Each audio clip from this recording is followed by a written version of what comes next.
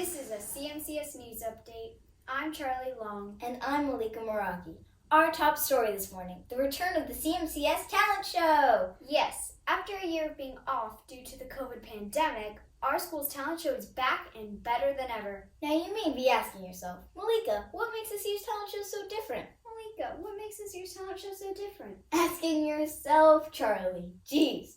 Well, for starters, this year's show is virtual. You mean you can go without really going?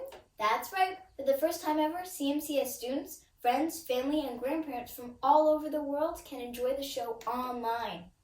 Because if there's anything Grandma loves, it's watching Growler videos. Mostly cat videos, but she'll probably make an exception for this.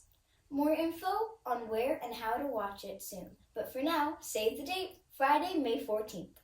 Because, as everyone says, if Friday the 13th is bad luck, then Friday the 14th is guaranteed fun. No one says that, Charlie. They do now. More news as it breaks.